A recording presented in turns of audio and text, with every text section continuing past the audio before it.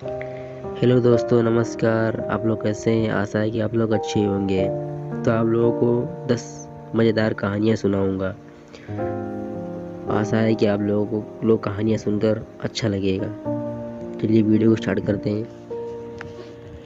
एक राजा को जब पता चला कि मेरे राज्य में एक ऐसा व्यक्ति है जिसका सुबह सुबह मुख देखने से दिन भर भोजन नहीं मिलता है, सच्चाई जानने से की इच्छा से उस व्यक्ति को राजा ने अपने साथ बुलाया। दूसरे दिन राजा की व्यस्तता ऐसी बढ़ी कि राजा शाम तक भोजन नहीं कर सका। इस बात से क्रुद्ध होकर राजा ने उसे तत्काल फांसी की सजा का ऐलान कर दिया। भाई राजा तो फांसी का तुरंत तत्काल सजा का ऐलान कर दिया। आखिरी इच्छा के अंतर्गत उस व्यक्ति ने कहा, राजन, मेरा मुंह देखने से आपको शाम तक भोजन नहीं मिला, किंतु आपका मुंह देखने से मुझे मौत मिलने वाली है। इतना सुनते ही लज्जित राजा को संतवाड़ी याद आ गई। मतलब इतना सुनते ही लज्जित राजा को संतवाड़ी याद आएगी। अब वो संतवाड़ी क्या है आप लोगों को मैं पढ़ के सुनाता हूँ। हालांकि आप लोगों को स्क्रीन पर दिख रहा होगा, लेकिन मैं आप लोगों को पढ़ के सुना देता हूँ।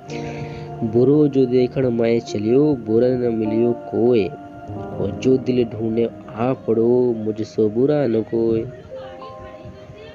ना? तो मतलब बुरो जो देखन मैं चलो, बुरा न मिलियो कोय, जो दिल ढूंढे आ पड़ो, मुझसो बुरा न कोय। तो ऐसी वाणी जो है लज्जित राजा को संतवाड़ी याद आ गई।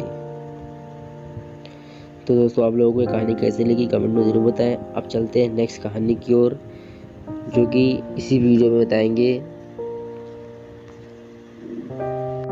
नेक्स्ट कहानी हमारी ये है बुद्धिमानी, कि कैसे जो है बुद्धिमानी एक गांव में एक व्यापारी रहता था।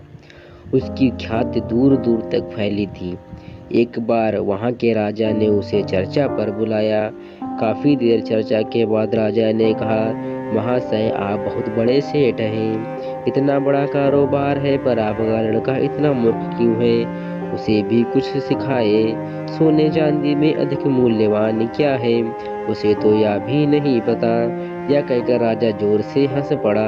व्यापारी को बुरा लगा, पर वह घर गया। वह लड़के से पूछा, सोना व चांदी में अधिक मूल्यवान क्या है? उसे लड़के से पूछा कि सोना और चांदी में अधिक मूल्यवान क्या है? तो लड़का पूरे विश्वास के साथ बोला, उसने मैं बोला, क्या दिक्कत इसमें क्या है? सोना।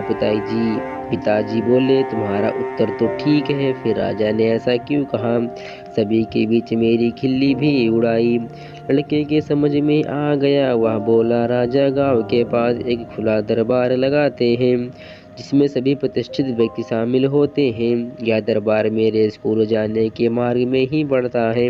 उन्हें पीटिए, मैं आपका बेटा हूँ, इसलिए वो मुझे देखते ही बुलवा लेते हैं। अपने एक हाथ में सोने का व दूसरे हाथ में चांदी का सिक्का रखकर कहते हैं कि जो अधिक मूल्यवान है वह ले लो, और मैं चांदी का सिक्का ले लेता हूँ। सभी ठहाका लगाकर हंसते हैं व मजा लेते हैं।